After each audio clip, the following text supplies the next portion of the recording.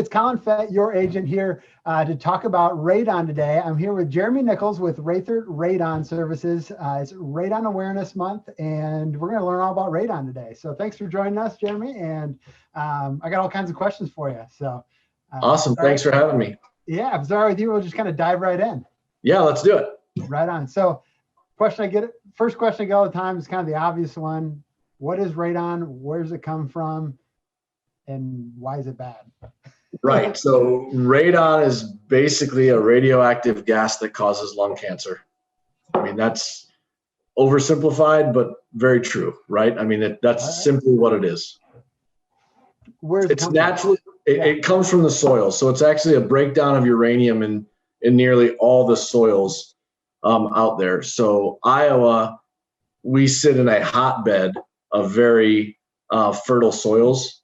And whether it's coincidence or not, we have very high radon levels overall compared to a lot of other areas of the country. Gotcha. So it comes in through the basement, comes in from the ground. So the highest concentration in the basement, right? So, So the way to find out if you got it is you do a radon test, correct? Correct.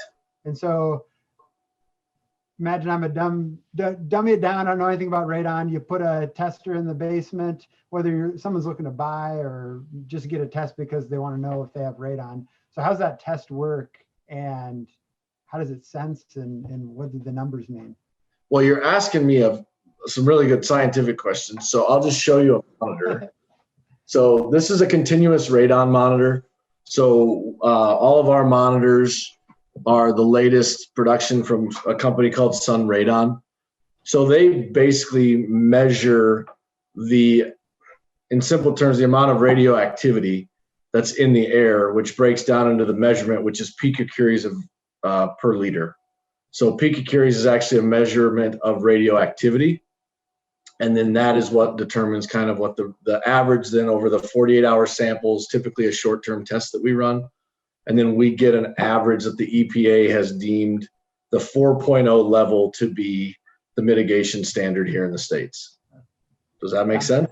Yeah. And so I do get that question a lot. So like I'm working with a buyer client or on the listing side, and the tests come back at 4.1 or 3.9 or right at 4.0, and that's the average. And obviously the buyer's like, well, it's 3.9. It's pretty much 4.0. We want them to pay for a mitigation system, or vice versa. You're on the selling side, and you're like, I don't want to pay $1,000 for a mitigation system. It's at 4.0, right. Pretty much at 4. Like, I don't know the answer to that question, but how do you get past that as a buyer or seller? Like, how deadly is this? Yeah, I mean, it probably depends on which one you are. So if you're the seller at 3.9, you're going to be like, well, we're below 3 or below 4. It's difficult, Collin, because the number is a moving number, right? It's a 48-hour average. So if I tested the same residents in the exact same spot today for 48 hours and then went back, and just started a new test at the end of that one and did another back-to-back 48, that number is going to move a little bit, right? The weather's going to have an impact, all of that. So the EPA has set the mitigation action standard at 4. The 2.0 number is kind of a consideration standard.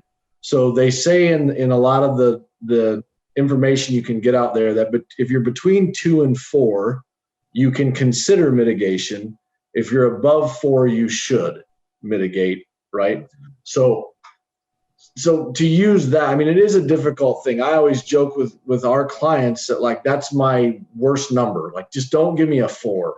Give me a 2, give me a 6, right? Yeah, I mean, it's very difficult. And when we deal with a lot of real estate agents and stuff, a very simple answer, if time allowed, would be, you have very strong relationships with us. If you said to me in that case, like, hey, I'm in a pickle here, we got a 4, would you do another test and we'll average the 2 out?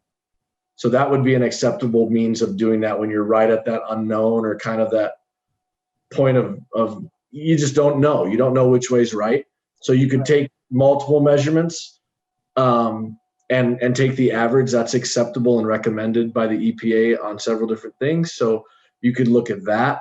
I would always say the other thing is the consideration from a buyer's standpoint, it's how are you going to use the home?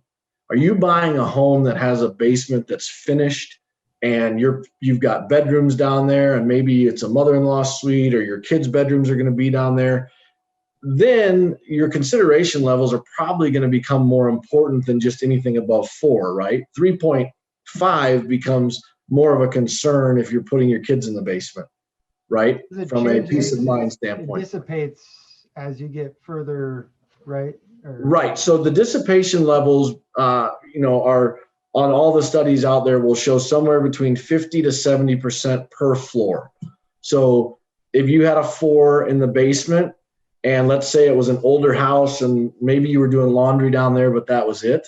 If you had a 4 there, you can anticipate on the main level, and then your upper floor, if it's in a 2-story, you could be at trace levels or outdoor equivalents, which is outdoor measures around 0.4 on average. Okay. So by the time you half it and half it again, you could be near that level in your main sleeping area of your bedroom. If it's at 4 in the basement, it's around 2 on the main level and 1 upstairs. And right. Very obviously, but yeah, if you're never down in the basement and it's at 4, it may not be. Correct. Correct. So, and we've found those numbers to be true. We have found in a lot of different testing that those numbers can be misleading depending on, do you have HVAC vents in the basement? Are you pulling return out of the basement and cycling that basement air through the rest of the house? That can have an impact on the levels. So we've measured homes that the upper floor on a 2-story was at or near the same level as the basement, but they had done certain things with their HVAC system to increase airflow upstairs to make the temperature differences more comfortable. So there's some considerations for that too. Again, how are you going to live in the home? What is important to you and what are you going to be doing? So those adjustments can impact the standards.